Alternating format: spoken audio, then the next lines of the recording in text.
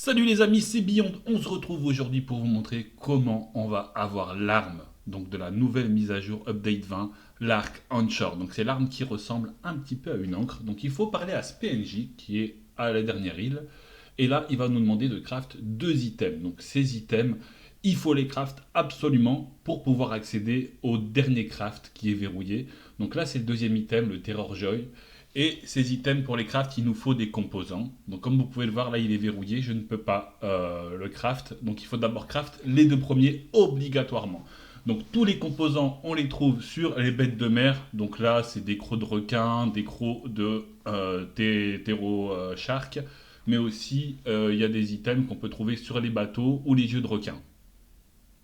J'avais acheté le deuxième item épique, donc là je suis là pour acheter le premier item. Donc le Terror Joy, je l'avais déjà acheté, donc il permet de réduire les dégâts sur les bêtes des mers. Et là j'achète le dernier item, Tooth Necklace. Donc je vais le craft, donc là je viens de le crafter. Et maintenant, si je reclique sur le PNJ, j'ai accès au troisième craft, Monster Magnet. Donc comme vous pouvez le voir, il nous faut des yeux de requin et d'autres items d'écro. Tous ces items, on les trouve sur les Red Sea. Donc il n'y a aucun souci là-dessus, que ce soit sur les bateaux ou sur les différents mobs qui pop, vous trouvez ça sur les Red Sea. Donc là, il me manquait un œil de Terro Shark. Donc là, je suis en train de combattre un Terro Shark qui va me looter le dernier item qui me manquait.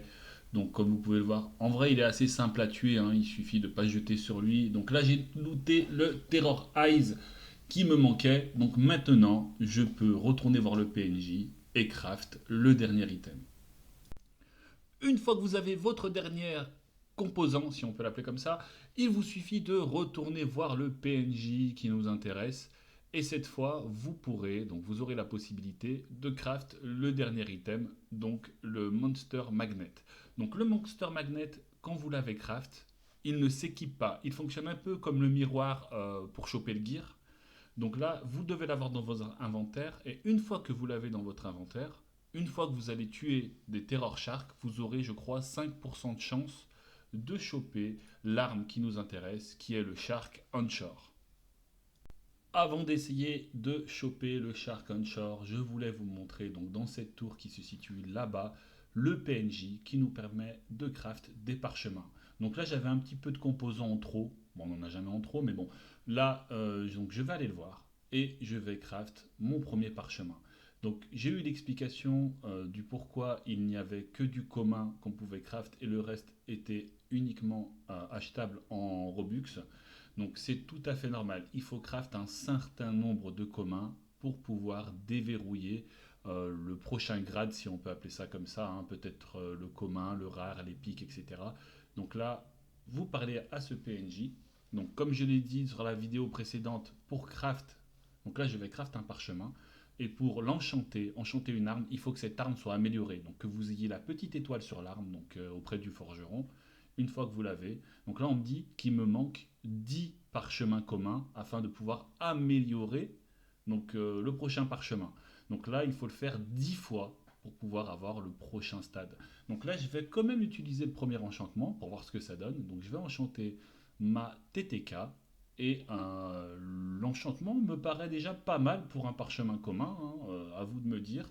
Mais je me dis que les mythiques et les épiques doivent être extraordinaires. Parce que là, comme vous pouvez le voir, le skill unique, ça augmente les dommages de 5% et les cooldowns, et ça réduit les cooldowns de 8%. Donc je trouve ça pas mal du tout, et ça augmente les dégâts de 3% sur les bêtes des mers. Donc c'est pas mal du tout.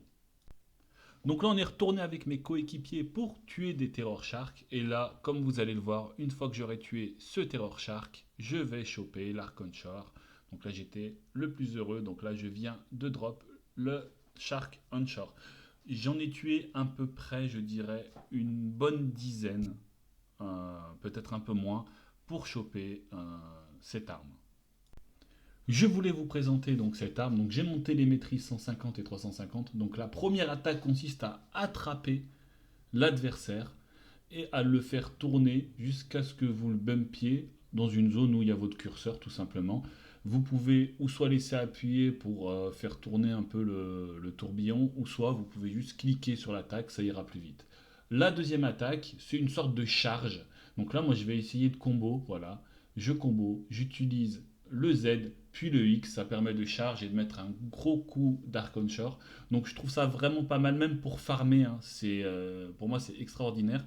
Je pense que c'est une arme que je vais énormément jouer. Elle me plaît énormément. J'ai même essayé quelques petits combos avec l'électrique low. Ça m'a l'air pas mal après à travailler, mais c'est une très très très bonne arme. Voilà les amis, comment choper l'Arc Anchor. Abonnez-vous si vous voulez d'autres vidéos de ce genre. Bye.